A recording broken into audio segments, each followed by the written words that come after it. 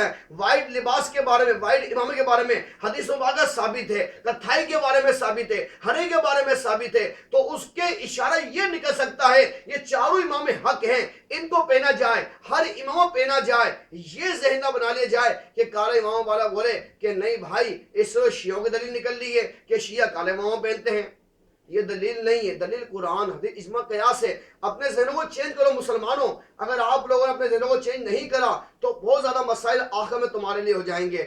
Video شرعی ثبوت نہیں ہے, ویڈیو شرعی ثبوت نہیں ہے کہ ویڈیو میں ہم نے ایک بیان سن لیا تو عالم دین سے ہم خفا ہو گئے, عالم دین تو غالب رکھنا شروع کر دیا ہم لوگوں نے, اس کی غیبت شروع کر دی ہم لوگوں نے. نہیں, جب تک شرع اسلامی کے مطابق اس کا قول اس کے فعل کے اندر تضاد کے معاملات ظاہر نہ ہو جائیں اور شرعی حکم نہ لگے اس کے اوپر, ہم اس وقت اس بندے کے لیے کلام نہیں کر سکتے. دوسرا طریقہ یہ والا قرآن کا ارشاد فرماتا ہے کہ کوئی فاسق تمہارے پاس خبر لے کے آ, اس کی تصدیق کر دیا کرو پہلے کوئی. تم اس کا مفہوم یہ ہے ایسا نہ ہو تم غلطی کے اندر کوئی کسی کے لیے بڑا گمان کر جاؤ, پورا گمان کر جاؤ. اللہ فرماتا ہے اے ایمان والو برے گمان سے بچو. علماء کرام کی سطح بہت ہائی ہوتی ہے. جو بڑے علماء کرام ہیں وہ مسائل کو بڑے علماء کرام کے اندر بیٹھ کے حل کریں, نہ کہ عوام الناس کو مسئلے بتائیں. ورنہ ہمارا مسلمان ہے یا رسول اللہ بولنے والا کس عالم کے پیچھے چلے. ہر عالم بظاہر یوٹیوب کے اوپر ہر جس کے جو دل چاہے اسے داغ کر دیا اس کو. اتنی سی باتوں کے اوپر فتوے لگا دیتے ہیں کہ فلاں بندے نے عربی عبارت صحیح نہیں پڑھی لہذا یہ غیر عالم ہے. ایسا نہیں ہونا چاہیے. مسلمانوں اپنے رویے کو چینج کرو, اپنے طریقے کو چینج کرو. صحابہ کرام میں اختلاف پائے گئے لیکن ذاتیات پہ نہیں پائے گئے, علمی مسائل پہ اختلاف پائے گئے. ائمہ مجتہدین کے اندر اختلاف پائے گئے, ذاتیات پہ نہیں پائے گئے بلکہ علمی پائے گئے. امام شافعی رحمۃ اللہ علیہ, امام اعظم ابو حنیفہ کے مزار پہ جاتے ہیں, نفل پڑھتے ہیں لیکن ہاتھ نیچے باندھتے ہیں. حالانکہ آپ کا مذہب یہ سینے پہ ہاتھ باندھنا, رفع دین کرنا.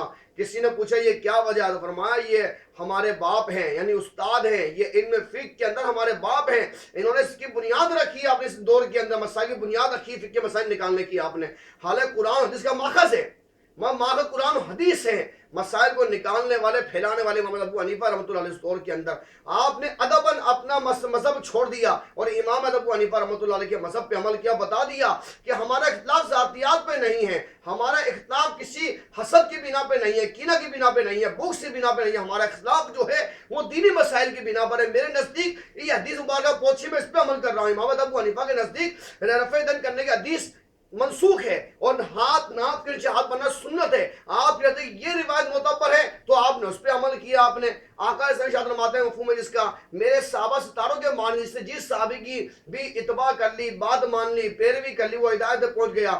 اگر ہر چاروں اماموں نے امام ابو حنیفہ رحمۃ اللہ عبد اللہ مسعود رضی اللہ عنہ کو فالو کیا ہے, آپ نے ان کے شاگردوں کو فالو کیا ہے آپ نے.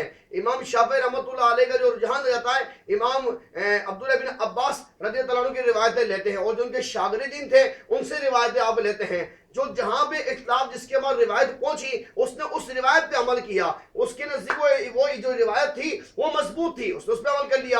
امام اعظم نے جو حدیث و قرآن کریم کی آیت سے مسائل نکل رہے تھے آپ نے وہ مضبوط تھے, آپ نے ان پہ عمل کر لیا. لیکن اس دو کے اختلافات جو دیکھے جا رہے ہیں وہ دیکھے جا رہے ہیں صرف ذاتی بنا پر.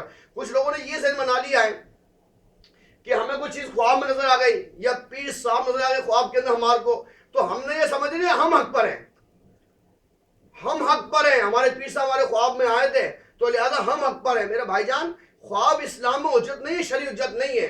کسی کو اللہ کے ولی کا یا عالم دین کا خواب آتا ہے تو علماء نے تعبیر بیان کری. اس کی تعبیر یہ ہے اس بندے کے لیے برکت کا باعث ہے,